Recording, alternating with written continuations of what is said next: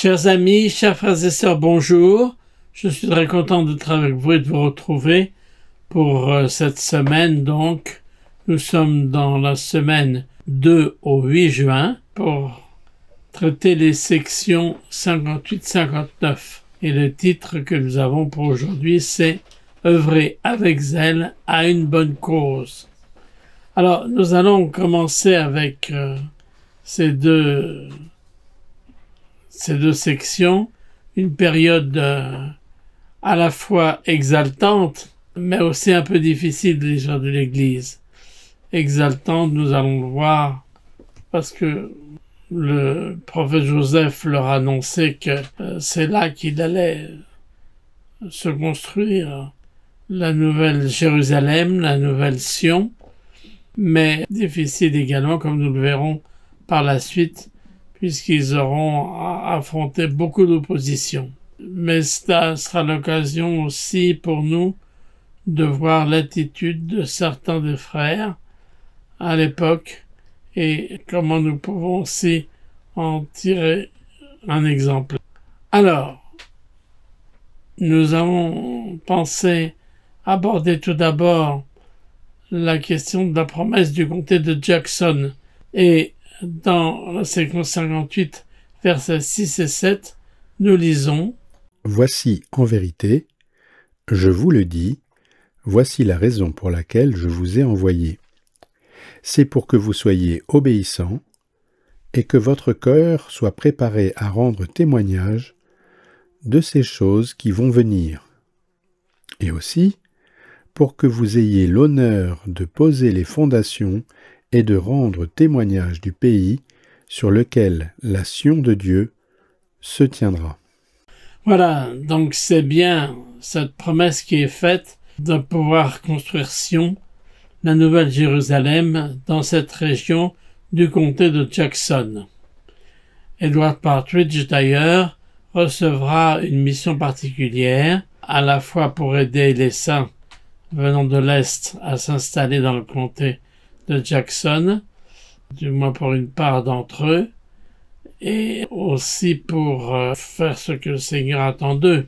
Il s'agit de s'installer dans une région qui est ce qu'on pourrait appeler à la limite du comté de Jackson, c'est-à-dire à la limite de la frontière américaine de l'époque. Et évidemment, les gens de l'époque se sont trouvés aussi en opposition.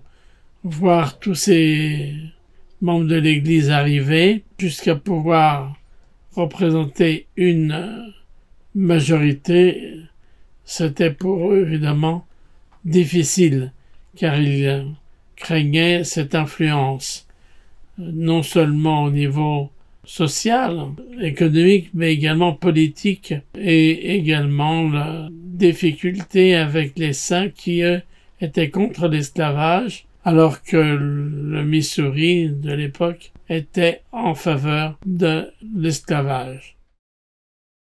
Bonjour à tous, bonjour Christian. Dans cette fin juillet, début août 1831, Joseph Smith et Edward Partridge sont en opposition.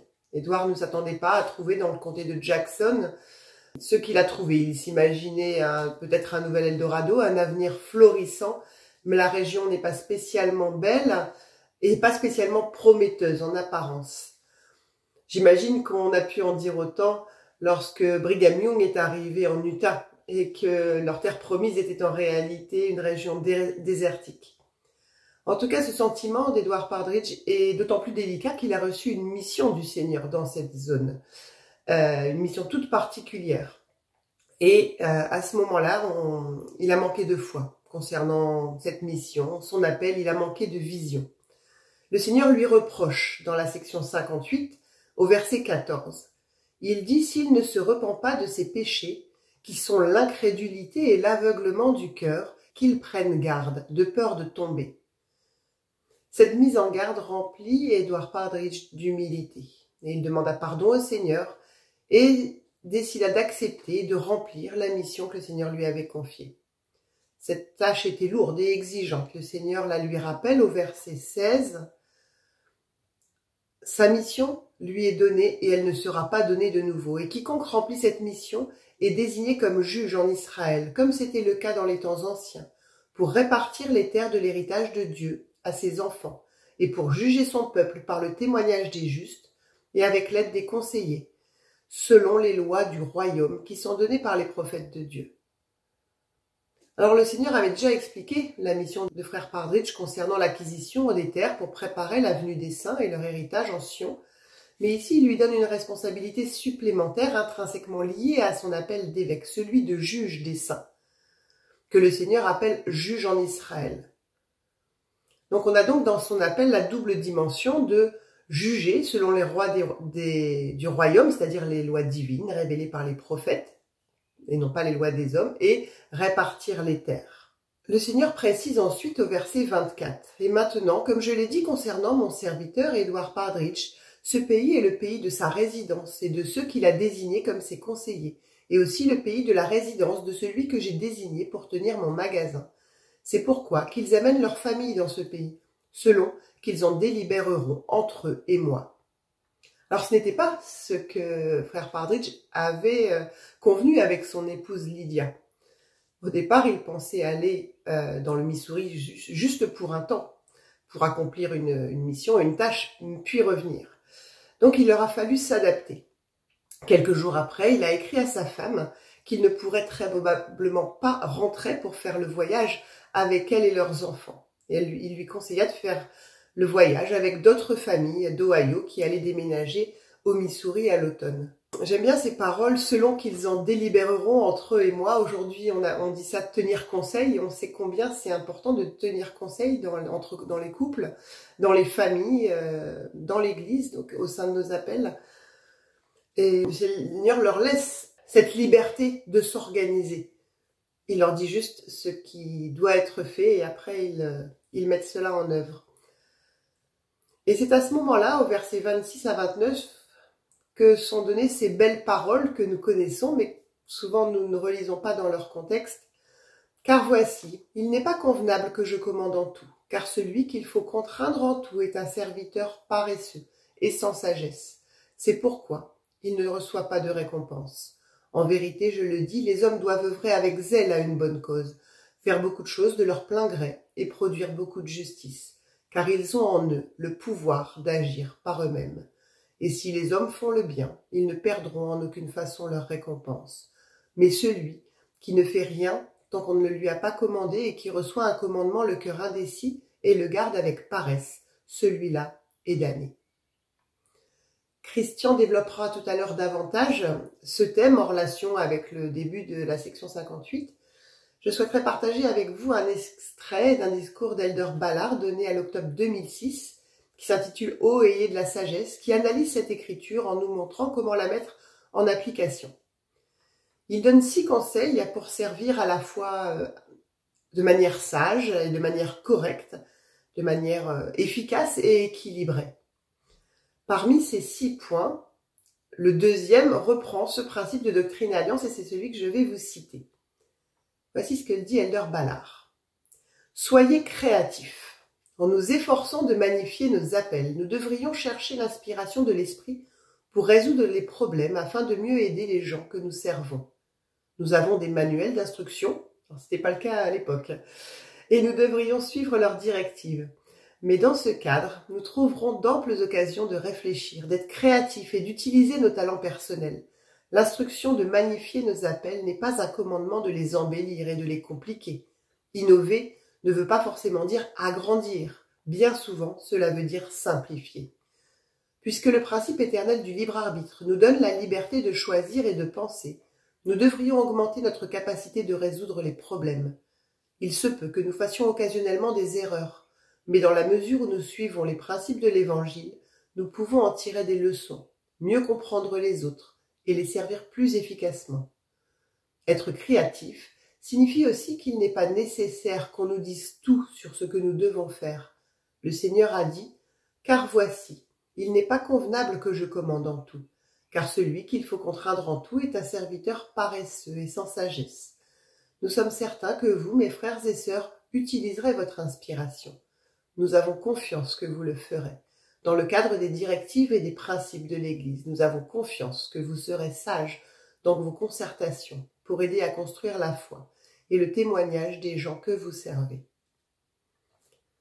Alors peut-être que parfois, en lisant ces sections de Doctrine et Alliance, vous avez le sentiment que le Seigneur donne beaucoup d'instructions pratiques à son peuple, ce qui n'est plus le cas aujourd'hui, en tout cas pas de manière directe comme ça. Les gens avaient un souci, ils allaient demander à Joseph des réponses à leurs questions. Mais c'est vrai que le contexte est différent. Aujourd'hui, nous avons un corpus complet d'écriture, nous avons accès à la parole des prophètes 2 fois par an, et on a accès aussi à tout ce qu'ils ont dit de manière aisée, tout ce qu'ils ont dit par le passé. Nous avons des manuels d'instruction si nous avons des questions, nous avons des outils pour trouver des réponses par nous-mêmes. À l'époque, ce n'était pas le cas. Ils n'avaient pas tout cela et ils n'avaient que Joseph pour eux comme intermédiaire avec le Seigneur.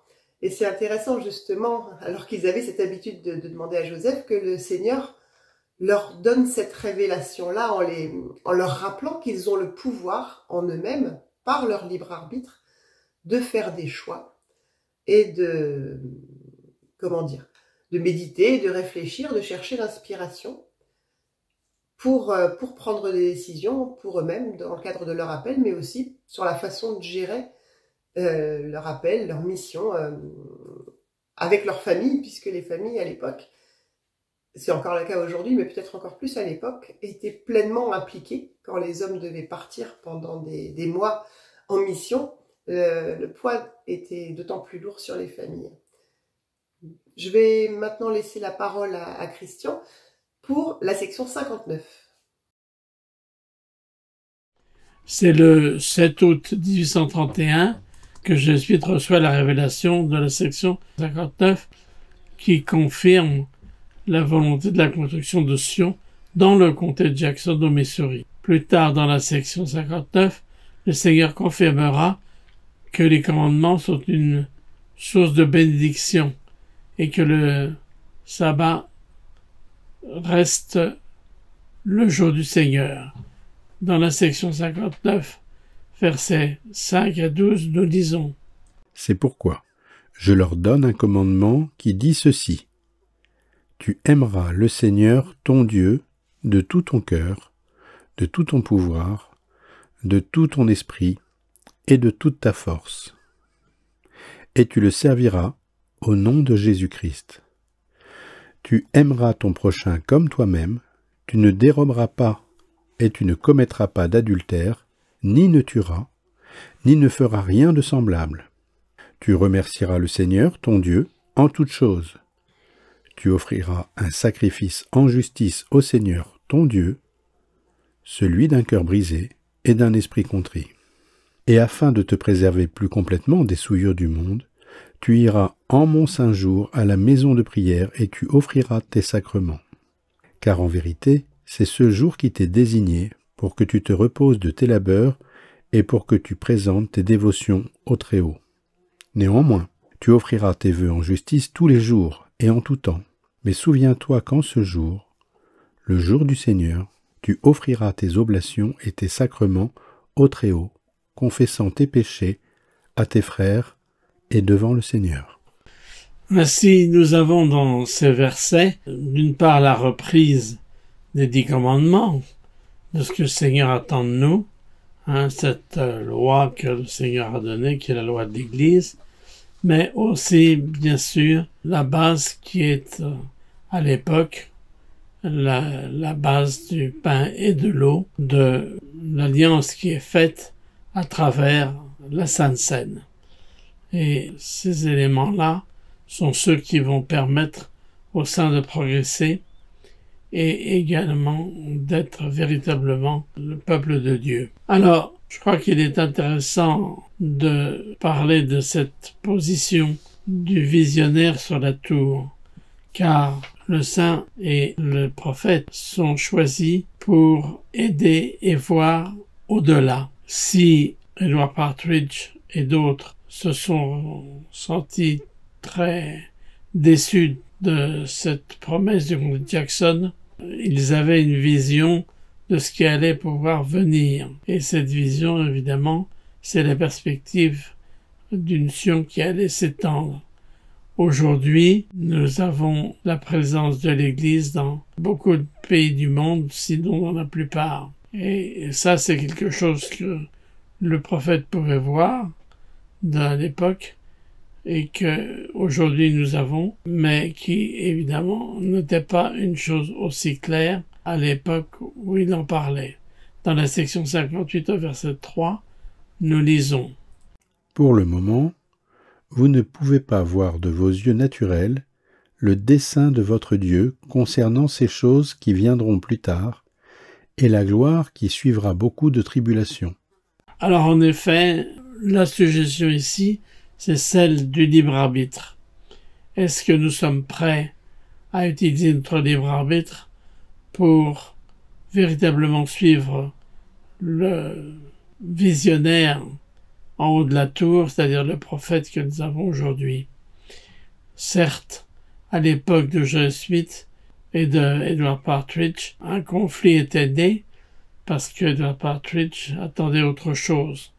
Mais en réalité, si Edward Partridge et d'autres saints avaient eu la vision du prophète, ils auraient pu prévoir et prédire ce qui allait se passer dans l'avenir, à savoir le progrès de l'Église et sa répartition dans le monde entier. Comme nous l'avons vu au verset 26 à 29, et relisons ce texte qui nous rappelle notre responsabilité. Car voici, il n'est pas convenable que je commande en tout, car celui qu'il faut contraindre en tout est un serviteur paresseux et sans sagesse. C'est pourquoi il ne reçoit pas de récompense. En vérité, je le dis, les hommes doivent œuvrer avec zèle à une bonne cause, faire beaucoup de choses de leur plein gré et produire beaucoup de justice. Notre responsabilité, c'est en effet d'avoir assez de vision et la capacité de suivre le prophète pour ressentir notre responsabilité aujourd'hui. Si Edward Partridge se sentait lésé avec cette installation au Missouri, c'est parce qu'il n'avait pas la vision de ce qui allait se produire quelques années, voire quelques siècles plus tard. Aujourd'hui, nous avons cette bénédiction d'avoir une vision à long terme. Par exemple, nous recevons des bénédictions patriarcales. Et c'est vrai que parfois, nous pouvons nous sentir déçus par une bénédiction patriarcale simple, courte, relativement de peu de poids, mais si on observe avec le temps, on peut se rendre compte que beaucoup de choses prédites sont accomplies et que le Seigneur nous fait confiance. C'est aussi pour cela que nous avons dans ces sections le rappel de Martin Harris, qui lui aussi répondra oui à l'appel. On avait vu combien il avait produit de l'argent pour l'impression des livres de Mormon, et malgré 116 pages perdues, au moment de l'installation dans le Missouri, il était prêt à investir davantage pour suivre le Seigneur. En ce qui nous concerne, nous sommes souvent là. Nous avons souvent une vision limitée des choses et nous ne voyons qu'à court terme. Faisons confiance au Seigneur qui nous permet de voir les choses à long terme et qui, comme dans le cas de Martin Harris, des choses qui aujourd'hui nous permettent d'avoir confiance dans le Seigneur lorsqu'il prévoit un ensemble de choses pour nous et pour notre avenir et pour l'avenir de son royaume. Cette disponibilité de voir au-delà de ce qu'est, je dirais, notre présent, de pouvoir voir aussi ce qu'est l'avenir de l'Église. Et ça, c'est grâce à cette vision qu'un prophète nous donne, par exemple avec la construction de tant de temples dans le monde entier, chose que nous n'aurions pu soupçonner à l'époque de Joseph et à l'époque d'une installation dans le Missouri, qui, comme nous le verrons la fois prochaine, sera la cause de beaucoup d'opposition et de persécution. Faisons confiance au Seigneur, même lorsque les conditions ne semblent pas propices. Et c'est le conseil que je nous donne à tous. Au nom de Jésus-Christ. Amen.